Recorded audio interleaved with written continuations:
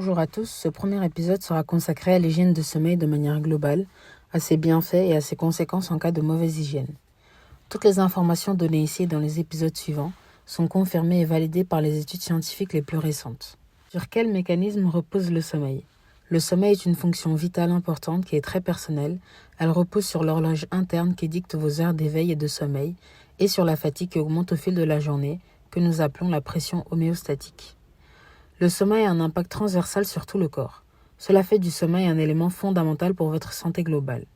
En perturbant votre sommeil, vous perturbez le fonctionnement des autres organes. Il existe des différences entre chaque individu en ce qui concerne la durée du sommeil. La littérature nous dit que 31 à 55% de la durée est influencée par la génétique, laissant une marge de 45 à 70% qui peut être améliorée par d'autres facteurs. Votre qualité de sommeil est également influencée par des facteurs environnementaux tels que la lumière, la nutrition, l'activité physique, l'activité au lit et la température. Quels sont les bienfaits d'un bon sommeil ?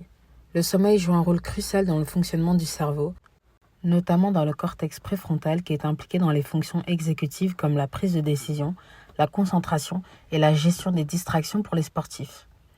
En améliorant la qualité du sommeil, on favorise également la performance sportive. Quels sont les inconvénients d'un mauvais sommeil ?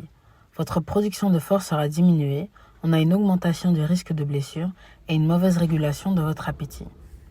Qu'est-ce qu'une bonne hygiène de sommeil ? C'est consolider un ensemble de comportements qui vous assureront une bonne qualité de sommeil. La durée de sommeil est variable et diminue avec l'âge. Là où un nouveau-né dormira 14 à 17 heures, un adulte dormira 7 heures à 9 heures et une personne âgée entre 7 heures et 8 heures. Chaque individu a des besoins qui lui sont propres. Par conséquent, il est plus intéressant d'essayer d'instaurer une heure fixe de réveil régulière et laisser votre corps vous envoyer des signaux de fatigue. Concernant la grasse matinée, vous pouvez veiller plus tard, mais pas plus d'1 heure, voire 1h30, afin de ne pas perturber votre sommeil. Je voudrais également vous dire qu'instaurer une chose à la fois sera plus simple pour vous et aura plus de chances de fonctionner qu'essayer de tout faire en même temps. Merci d'avoir visionné la vidéo, n'hésitez surtout pas à la revoir si vous en avez besoin. Le prochain épisode vous sera envoyé dans 7 jours. Bonne journée!